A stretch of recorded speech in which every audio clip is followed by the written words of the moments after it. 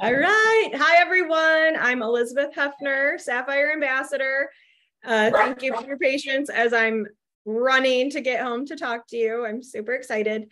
So I really want to talk about having action in our business and taking it very seriously. So it's really easy to get distracted by life. It's really easy to get distracted by running kids where they need to be and all of that. And we need to really take ownership and be business owners despite all of that. So we wouldn't tell our 9-to-5 job like, oh, I'm sorry, I'm just too tired to come in today, without some sort of consequence. Either that consequence is you're using your PTO, it's counting as a call-in, whatever, you get the idea. So really taking action. And I have really been reflecting a lot on how I've become very resilient. I'm really resilient to things not going perfectly, or, maybe my business hasn't moved forward all the time in the right direction or where I want it to be, right? Or other life situations. And I've become very resilient. And when I look back at things that I've done, I really attribute that a lot to putting myself in challenging situations when I was younger and learning that resiliency. But anyone can do that. So we can learn this at any age, any situation. And I really encourage you to get yourself into a situation where you don't feel adequate. And it might even have to be something that's maybe a physical challenge. I feel like a physical challenge really prepares us for working through and pushing through and feeling like we can't breathe and feeling like our heart's going to pound out of our chest and feeling like we're going to throw up. And as we continue to work through that, we're like, I did it. And we have this huge sense of accomplishment. So in the last week, my older two kids, 9th and 6th grade, started running cross country. My son just finished a championship basketball game. It was so exciting. And I look at my kids and I just see them going from, oh, I don't really want to go for a run, this or that, to like killing themselves and pushing themselves to run those 200 repeats, to go run 4.5 miles, whatever it is. And to see them accomplishing that and knowing that they are feeling really good about themselves because they pushed and accomplished something. So we can always put ourselves in a situation of a mental challenge. Like sometimes puzzles, like doing actual puzzles or doing word games or puzzles like that can be a challenge that we feel like, oh my gosh, I can't do this. So I'm a physical therapist. I don't work anymore full-time. I work every now and again. And in my every now and again situation, they've decided to switch documentation systems. And I will tell you that I feel extremely inadequate when it comes to documentation. I've been a PT for like 20 years. I can be a great PT. I can deal with people with stuff sticking out of their body all over the place and broken bones and all that and surgeries and all kinds of stuff. I have learned to help people in those situations. But then I sit down to document it and I'm like, oh my gosh, I hate this feeling of not knowing what I'm doing or how to do it well. It's so frustrating to me. And I'm realizing that I've been there before in other situations, so I can learn how to document. Like I can do it, right? And just pushing through that. And so it really also made me realize, I turned to one of my coworkers at the hospital, but as well, she's on my team, Melissa Allen, and I said, is this how people feel when they start doing IPA? Like completely inadequate, completely like a fish out of water. And she's like, yeah. And I'm like, really? Because I didn't struggle with that, you guys. I didn't struggle with that when I started doing IPA and talking to people about plexus and health and the business.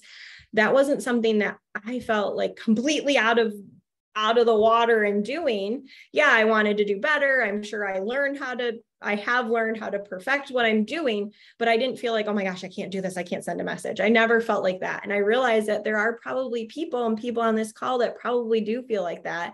And I'm here to say you can overcome it. So I encourage you, like, look for something you can do. Like maybe you're like, I'm going to walk a 5K. Maybe I'm going to run a 5K. Maybe you're already a runner and you're going to tackle a triathlon or something. Not that you have to spend hours and hours and hours and hours training, because we have businesses to run. We have families to spend time with. We have all of these things happening, but something, put yourself in some sort of situation to build some resilience. Okay. I want you to also, in that becoming resilient and learning to overcome challenges, it's going to help build up your confidence.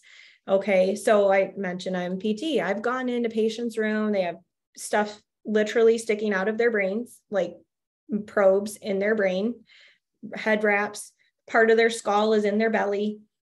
People that have, hopefully it's not the same patient. I can't remember a case that it was, but another set of patients with severe broken bones, and they have these external cages holding their bone together in their leg. Their whole leg is immobilized with this external cage. Okay. And I don't go into the room and go, woo, oh my goodness, look at you. You must be in a lot of pain. I don't know how we're going to get through this. That's not how I'm approaching that. And the first few times, I'm sure as a new physical therapist, I was like, okay, I got this. And then I learned to walk in and say, hey, I'm Elizabeth. I'm from physical therapy. I'm here to help you move around a little bit. And when they were objecting to that because of said probes in their brains or big cages on their legs, I was able to say, but these are the benefits that you have by moving around a little. And I'm here every step of the way. And I'm here to help you.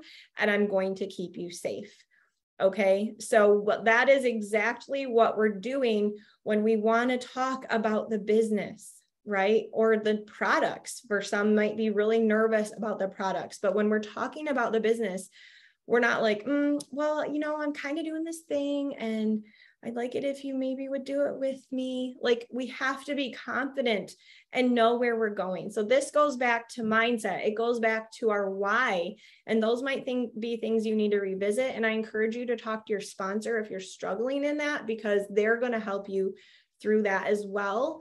Pulling out those positive affirmations, putting your positive affirmations on your mirror, whatever it is. But we have to develop this confidence and kind of that fake it till you make it confidence, so that we can let people know, like, we're going to do this together. We're going to figure it out together. I'm with you every step of the way. Elizabeth is with us every step of the way. Jackie's with us every step of the way. Lauren, whoever it is, we're here to pull and work together. And this is just like cross country. My kids are running cross country and they could run as fast as they possibly can, but their running faster doesn't help their teammate run any faster, right? That teammate still has to do the running and still has to cross the finish line too. But it means we're cheering and we're saying, yes, you can do it. I did it. You can do it. We can run together. We can accomplish this together. Okay. So really being confident, knowing where you're going and taking your friends. You guys, when I started, who led all these Monday night calls? That I remember, I'm sure there were more, but a lot of them, it was Fallon and Cody, and then Tiffany we'd hear from, and Brittany we'd hear from occasionally, but a lot of them were Fallon and Cody and Fallon and Cody, right? And never once was I, as a new person coming in, doubtful of where they were going. And I was like, if they can do it, I can do it too, because they were up here talking and being confident and having this position of, we're figuring it out. We're moving together. We're going to do this. Okay. So know that you can too. You guys might want to look at an old video. Don't spend a lot of time on that. We really don't want to spend all this time in research mode and all this time in mindset mode. We really want to spend our time in action mode, but maybe on a weekend or something when you're going for your walk to train for your 5K, right? Then put on an old video and look at their confidence that they had even way back then. And that was before they were these crazy, amazing, successful diamonds and jewels, right? So really, really exciting. And it's okay if when you're talking about the business, it doesn't quite come out right the first few times. or the products, whatever you're talking about. And I just encourage you to talk about the business. I'm going to get onto that too. It's okay if it's a little fumbly for a while. You know, I mean, as a new therapist, one of the things we have to do is get people's home set up. So we would know what kind of obstacles they had, like how many stairs or where their bathroom was. So we could work on those things when they would, to get them home. That's our idea. Hospital, let's get them home. And so I can't tell you how many times I'd have to go back into a room and be like, oh, I'm so sorry, Mr. Smith. Can you remind me again how many stairs you have? Can you remind me of this? Can you remind me of that? Like, it was okay to say, hey, that didn't come out perfectly. I didn't remember everything great. Can we talk about it again? You know, that's more professional to go back and revisit something than to go making something up or lying. I mean, hello, that was a medical documentation. I really shouldn't be lying. That's called fraud. But definitely getting, you know, being professional in those situations. It's okay to go back and say, hey, let's talk about this again. Maybe I didn't explain it very well. If you're not posting about the business and you're really only posting about the products, you're going to attract a lot of people that want to use the products and don't know about the business. And then when you're like, oh, by the way, as you're signing them up, we have this great business opportunity. Like, what are you talking about? I don't even know what you're talking about. All I've seen is you post about this pink drink and how great you feel. And I just want to feel great in a business. Like, where are you getting that from? And it's nerve-wracking a little bit, right? They're like kind of caught off guard. So we have to post about our products. We have to post about our business. And we definitely want to encourage people as we're signing them up on the phone to say, hey, if you love these products, are you going to share? Are you going to help your friends feel better too? You know, it can start with something simple like that. Or, hey, here's your back office, or you don't call it back office. Here's your account. And part of your account is access to an entire support system, an entire shipping department and customer service department. And did you know that just posting on Facebook, you can build a business just like I have, just like my friend Elizabeth has, just like my friend Jackie has. They're PTs. They don't work anymore. They're home with their kids. Doesn't that sound kind of cool? Have you ever thought of doing anything like this before? And then waiting. And that's hard for me. I will admit, it's hard for me to wait during the awkward silence. But I started really being intentional with that. And I'm getting, well, I don't know, maybe. Well, yeah, maybe. Those are the answers I'm getting. Not a hard no that I probably was afraid of if I cared to admit all of that, right? Asking people questions. Hey, did you know that we could go to Hawaii together? I mean, just little snippets, put something out there, just do something, right? And then I think it's selfish if we aren't in action mode. If we're over here reading all of our personal development books and we're not talking about what we're learning or posting about what we're learning, and if we're over here just looking in our back office about what's going on, I'm sorry that you're hurt. We'll fix that. I gotta finish my call, okay? I'll help you when I'm done. Go get a drink of water. Sorry, guys. Let me regather my thoughts. So I was talking about say something, right? But if we aren't in action mode and we're over here just watching videos and gathering information and reading our books and doing our positive affirmations, that is only helping us, but it also isn't fully serving you if you're not putting those things into use, right? We also don't know what it is or who needs this opportunity and what we could possibly be holding them back from. Maybe it's from putting food on their table. Maybe it's them building up credit card debt to put food on their table. Maybe it's their kid wants to really play basketball, but they can't afford it.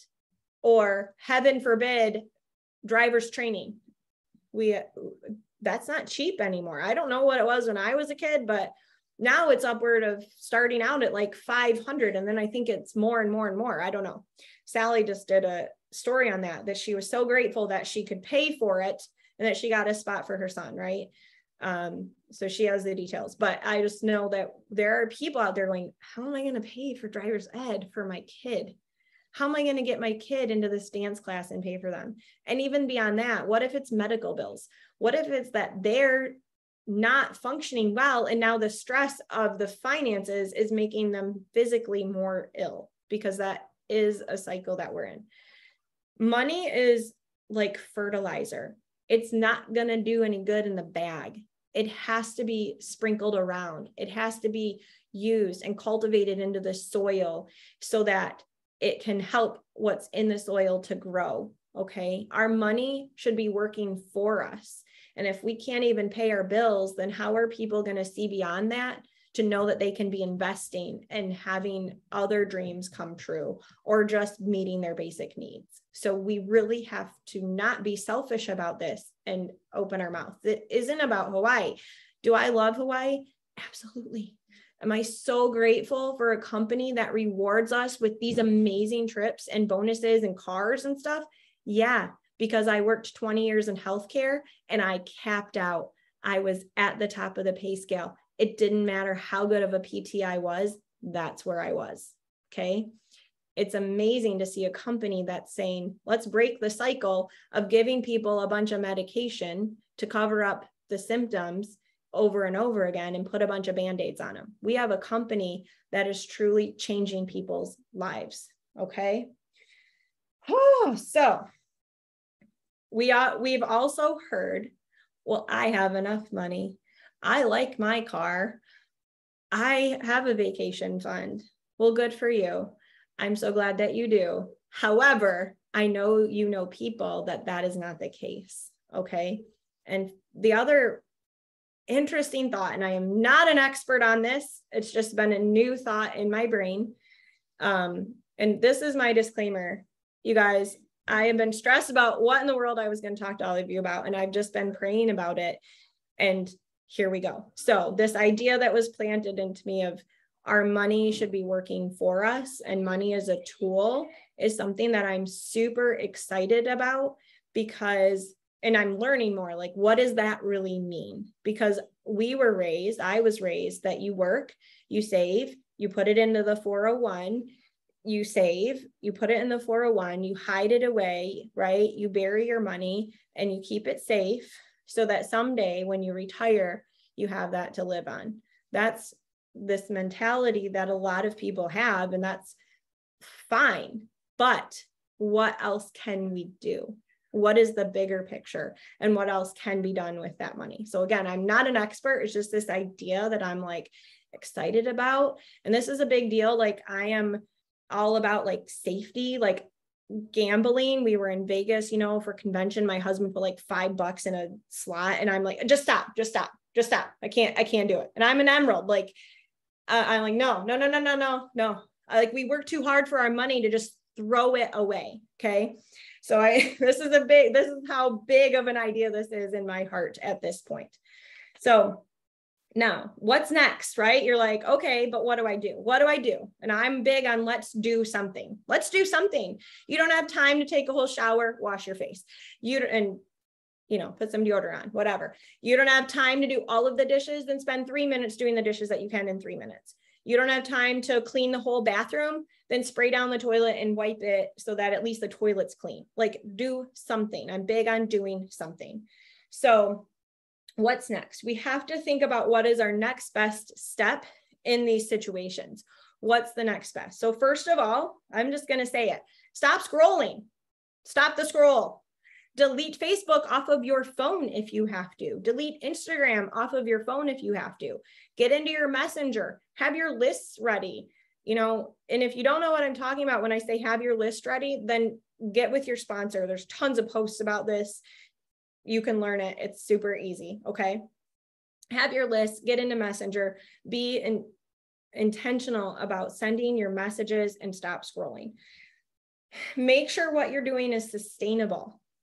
Don't wake up on Monday and be like, I'm going to send messages. And now you are buried in 300 messages of following up. And you're like, oh my gosh, I'm so overwhelmed. I just can't do it. Okay. Think about what is sustainable and do it every day. So there's this whole idea that we have a recipe of IPA. Lauren Smithson did a great call for our smaller team last week. She's going to put it into Pink Power here. And it's following the recipe. So when you follow a recipe, I'm just giving you the rundown. You can like have a recipe, you can double a recipe. But if you skip ingredients in the recipe, you don't have a good final product, right? And I love this idea because maybe you are here and you're like, okay, I'm ready to start doing some IPA. And we're like, here you go, here's your IPA sheet. And you're like, not sure about that, right? Then do half of everything. But those are the action steps that we have to take in order to move our business forward. So check out Lauren Smithson's call on the winning day. Definitely check it out. It's amazing. And she has really good like screen, the words. So making sure that what we're doing is sustainable for our lives. And that's going to ebb and flow during different seasons. Okay. There are times when you're getting ready to get your kids ready for school. And so you have to go to the doctor and get the health form, and you have to do this and get the uniforms and right? So during that season, that week or 2 weeks, maybe you're doing half of the recipe. And then the other weeks you're doing the full recipe. And then you get into a season of it's a little more downtime and you can do double the recipe. Okay. So you don't have to pick one. Hey, this is my winning day. This is my recipe. This is all I can do. Like, it can change. It's okay. We're not static. We're fluid. Okay. And then getting to bed on time, getting up on time, getting your kids fed properly. Ask me how I know. Okay. Like, legit, ask me how I know. I can be like, I don't know, just take care of yourselves. And then the kitchen's a mess. And then all they've eaten is cereal and Doritos or whatever. I mean, like, legit, it's a mess.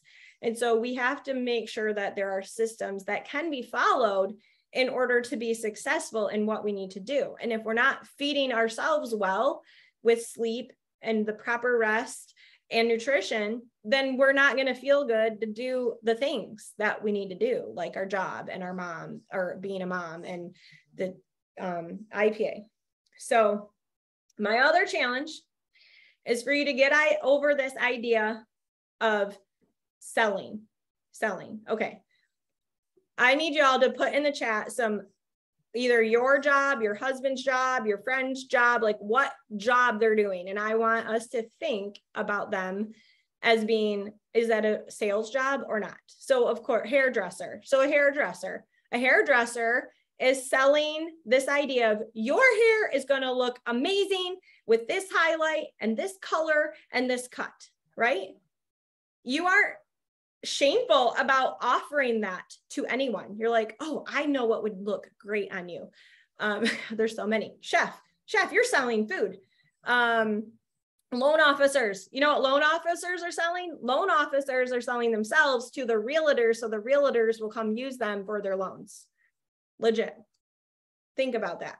Teachers are selling this idea of learning, right? And engaging children for them to want to take ownership of said learning. That's a big job. And that's all salesmen. Occupational therapists, I saw, physical therapists. You know what I sell mobility when I work as a PT. I sell mobility. You have a broken hip and you have tubes sticking out of you, but it's okay. We can move. I'm here to help you. So we are all selling something. Veterinarian, you're selling, this is important to the health of your pet, right? So pretty much, I don't know, a lawyer is selling themselves that I can represent you well, right? So here we are, where we are like, I can't sell. I don't want to sell. What will my friends think of me if I am selling them something? Well, I am sure dang excited to sell people a health and financial trajectory that's going to change for them for the better.